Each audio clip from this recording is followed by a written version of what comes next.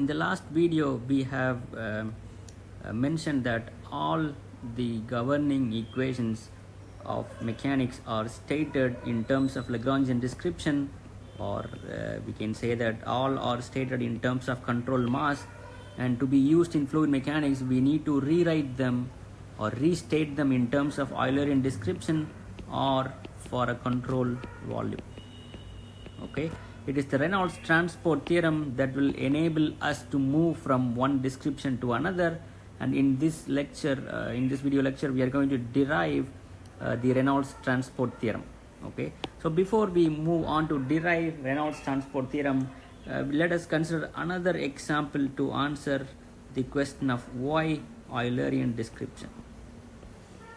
Okay, so when we discuss fluid kinematics, we have actually discussed the disadvantages of employing Lagrangian description and how Eulerian description is beneficial. We are going to add some more points to this by considering a simple example.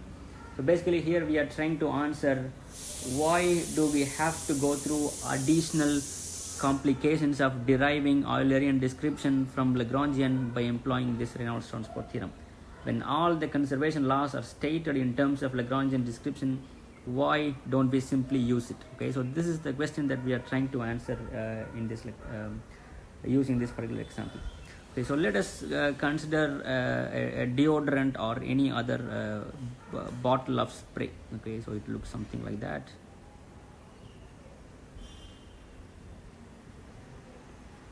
Okay, approximately it looks like this.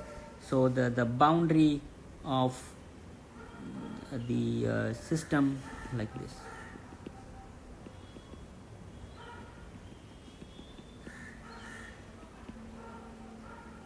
Okay, so let us say that we pressed the spray bottle for some time, and there will be mass flow coming out of this outlet, and then the spray may take some shape like this. Okay, so that will be your system. Okay, given by this boundary. So after some time, the spray starts moving forward. So let us say it moves like this. Okay, and after some more amount of time, it might have taken this form. Okay, so this is, let's say, at time level 1, this is time level 2, and let us say this is time level 3. Let us say it can be 10 seconds, 15 seconds, and 20 seconds if you want to consider like that. So if you want to use the concept of control mass, okay, for the analysis of the flow of spray out of this bottle, what we have to do is we need to track the boundary of the spray at each instant. Okay, so this requires tracking the system boundary, okay, at every instant, because a system is an identified mass of the particle. When we say control mass, the system should have same amount of particle at every time. Okay, so now the boundary has to change to take into account of the fact that it always contains the same amount of particles. Okay, so if we want to apply laws of mechanics to control mass, we need to track the system boundary at every instant, which is impossible. Or if you want to be optimistic, you can say this is very challenging. Okay, but it is close to impossible, right? But for the same problem, okay, if you apply control volume concept,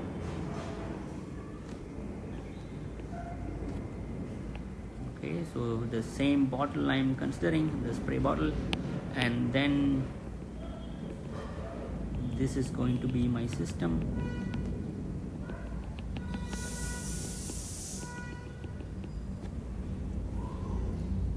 Okay, so this is the system.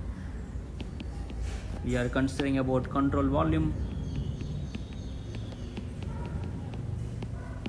Okay, for the same problem, when you employ control volume concept, we don't have to track the boundary of the system or what the particle is doing outside the bottle. What we would do is we would say this is an outlet, and then we will just consider how much of mass is flowing out of this outlet. Okay, so by m dot we mean dm by dt, mass flow rate. Rate of change with respect to time is denoted by a dot over the letter. So we don't have to track the system boundary at every instant. What we have to do is we just track the mass flow rate out of the system. Okay, that's it, which is very easy to achieve. Okay, this is very easy to achieve. Okay, so the control volume analysis is preferable over control mass or Lagrangian description. Okay, when you employ Lagrangian description, you need to track the system boundary at every instant. The system boundary changes because some mass is leaving the system. When we say control mass, by definition the system should have same particle all the time, not the same mass, but same mass plus the same particles at every time. Okay, so that makes it very impossible. Here we just talk about at every instant how much of mass is leaving the control volume, which is very easy to track. Okay, so this is the reason why we always employ control volume analysis in fluid mechanics. Okay, so now let us move on to deriving the Reynolds transport theorem. So Reynolds transport theorem, in short we call them RTT. Okay, so we have already discussed in the last video that all the conservation laws involve rate of change of an extensive property.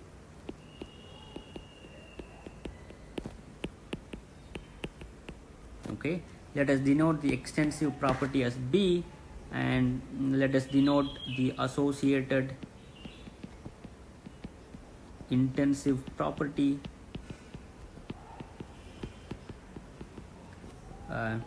let us denote them as a small b, where small b is capital B by the mass of the system under consideration. Okay, so all conservation laws involve rate of change of an extensive property, which we denote as capital B, and the associated intensive property let us denote by small b, where we say small b is capital B divided by m. Okay, now we are going to write extensive property of the control mass and the control volume. What we are going to do is relate dB by dt of system, or let's say closed system, which is what we have in the conservation laws, to dB by dt of control volume. Okay, this is what Reynolds transport theorem is going to do. So what we are going to do is we are going to consider a control mass at time t.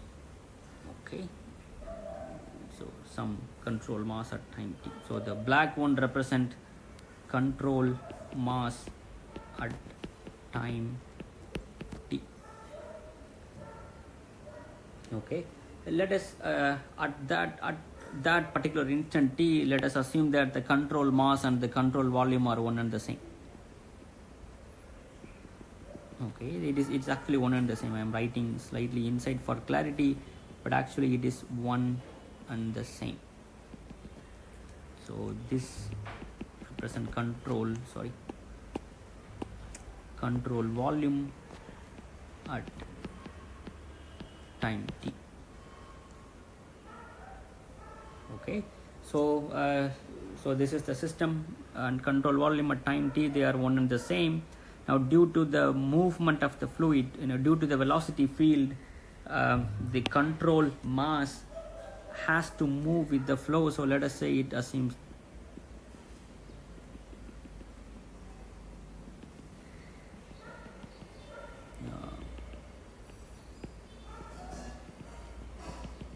so this is control mass at time t plus a small incremental time t plus delta t. Okay, so as the control mass as per the definition should contain the same particle all the time. So when the particle moves, the system also moves with it, whereas the control volume is fixed in space. Okay, so control volume at time t and time t plus delta t is one and the same. So we consider fixed control volume. Okay, is that clear? Yes. So at time t,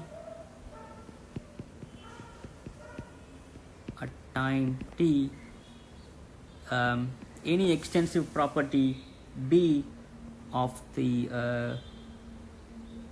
control mass at time t is equal to control volume at time t, because they are one and the same.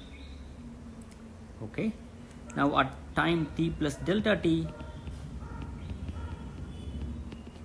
now the control mass, the extensive property associated with control mass becomes B of control volume at d plus delta t, which is the original one. dCV delta t is this original one. Okay, plus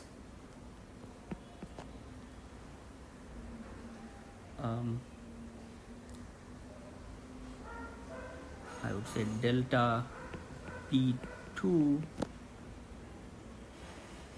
plus delta B. Okay, so this is minus. So what we are trying to do is that we are trying to compute the amount of extensive property within the control volume at t plus delta t, which is given in the red dotted line, is equal to the extensive property within the control volume. Okay, the control volume at t and t plus delta t are the same, which is given by this blue line, plus delta b1. The delta b1 is this area. Okay, so this is delta b1 and minus delta, sorry, this is delta b2 and this is delta b1, right? So this is b1 and this is del b2. Yeah, I hope this is clear. So the extensive property associated with control mass, which is the dotted line, will be equal to the control volume, the property within the control volume, plus this area minus this one. Okay, I hope this is clear from this picture. If you have any question, just send me an email or post it in the Google Classroom. Okay, now what we are going to do is we are going to subtract B control mass of T on both sides. Okay, so what we will get is B Cm T plus delta T minus CMT, that would be BCV T plus delta T minus BCMT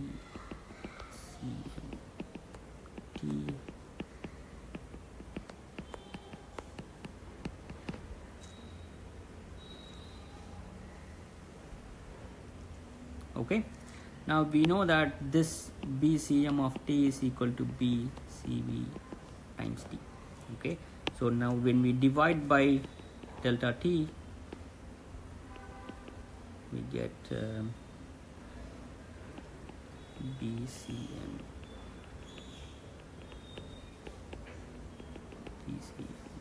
T by delta T, that would be equal to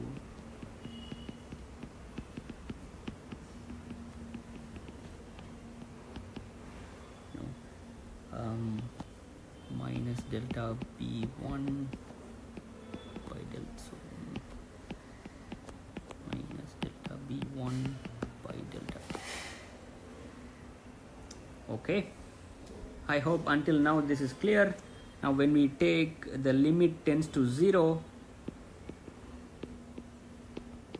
when the time step limit tends to 0, what do we get is the rate of change of the control volume with respect to time, that is the left hand side, and the right becomes rate of change of the quantity extensive property B within the control volume. The left hand side is control mass, right hand side is control volume, plus B dot net. Okay, we are going to discuss about this B dot net in a few minutes. So this change delta B1 and delta B2 can be related to rate this derivative delta B1 by delta t and delta B2 by delta t can be related to the rate at which the property leaves the control volume through the surfaces, right?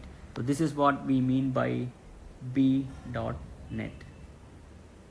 Okay, so by B dot net we mean the net quantity leaves through the control surfaces, rho u dot n dA. So we are going to discuss about this in a few minutes. Okay, so this can be written as T equal to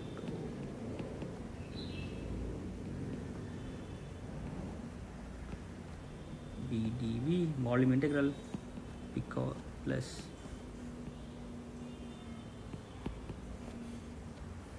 n ds. Okay, this is the Reynolds transport theorem. Okay, so it involves three terms. The one on the left hand side is the time rate of change of an extensive property B of time rate of change of extensive property B of a control mass. Okay, second term involves time rate of change of property within the control volume, time rate of change of B within the control volume, and the third term is the net flux of B through control surfaces. Okay, by control surfaces we mean boundaries of control volume.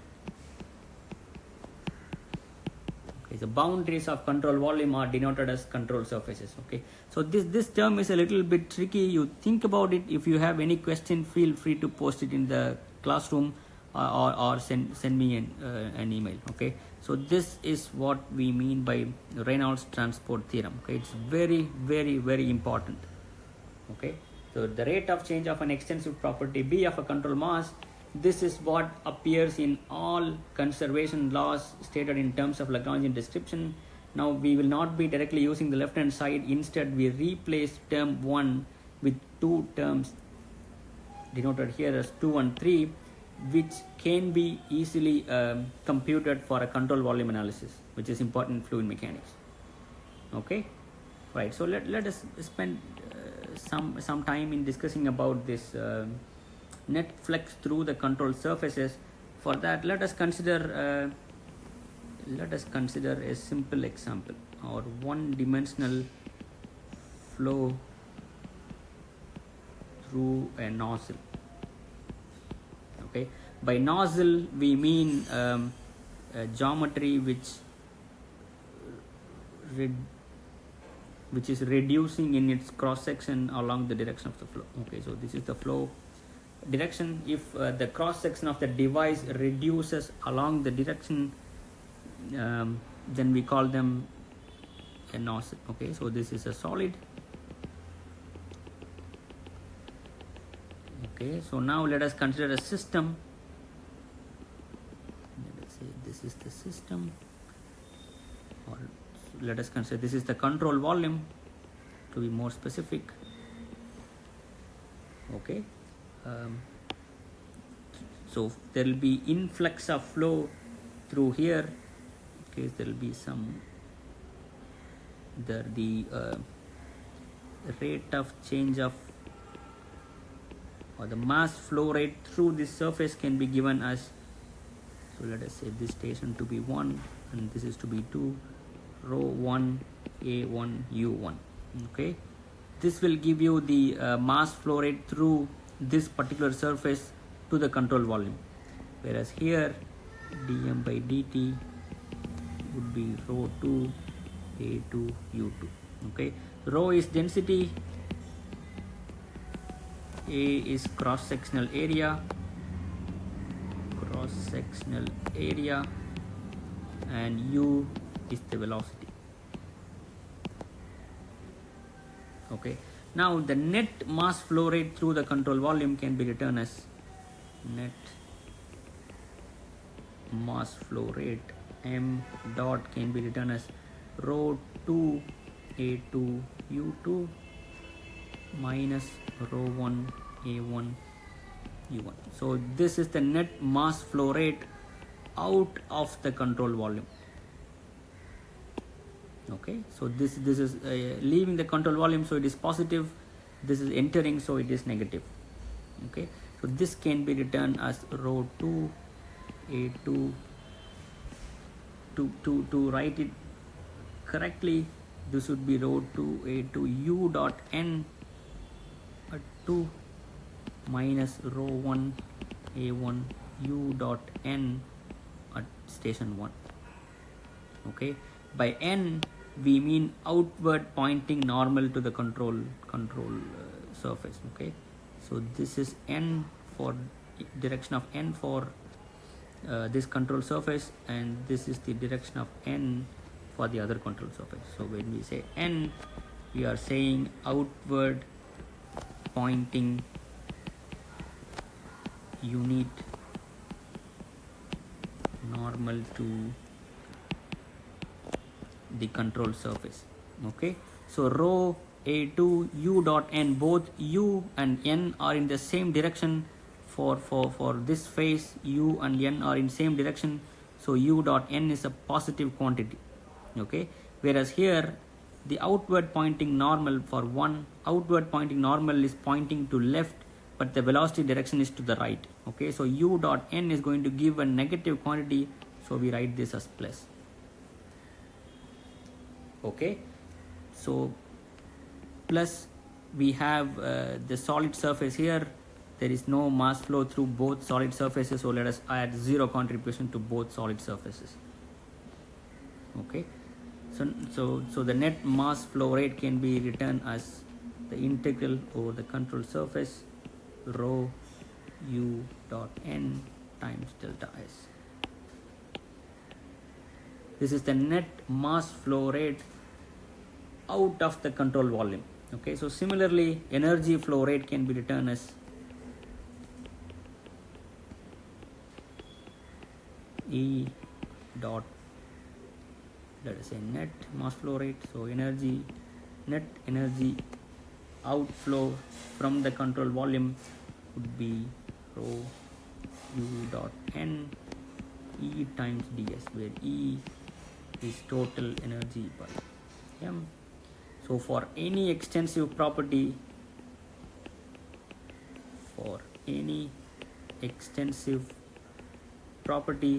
the net outflux of an extensive property through the control surfaces is given as rho U dot n, the associated intensive property, times ds. Okay, so B is any extensive property, as we discussed earlier, and the small b is the associated intensive property. Okay, you can see that this is the exact same term that is appearing in the Reynolds transport theorem here. Okay, the term 3 implies net flux of B out of the control surfaces from the control volume. Okay, this is clear. So this is a tricky one. Try to derive it on your own. Spend some time in understand this. If you have any question, feel free to write to me. Thanks.